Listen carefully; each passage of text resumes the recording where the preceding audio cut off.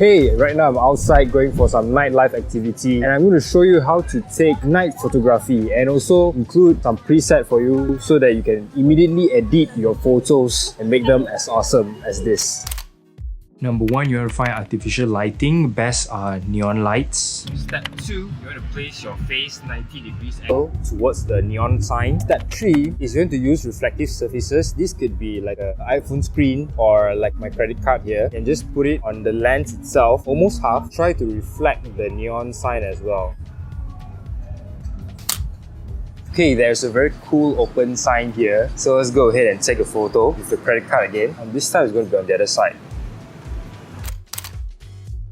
Okay, editing this photo, this is the before and now the after. So just in case you guys don't want to download the preset and then put it in this photo, I'm just going to go through everything, all the values here, so that you guys can copy it and apply it to your own neon photos, alright? So those are the light and also the curve. Now going into the temperature and also the HSL. So these are the values for the HSL for this particular photo.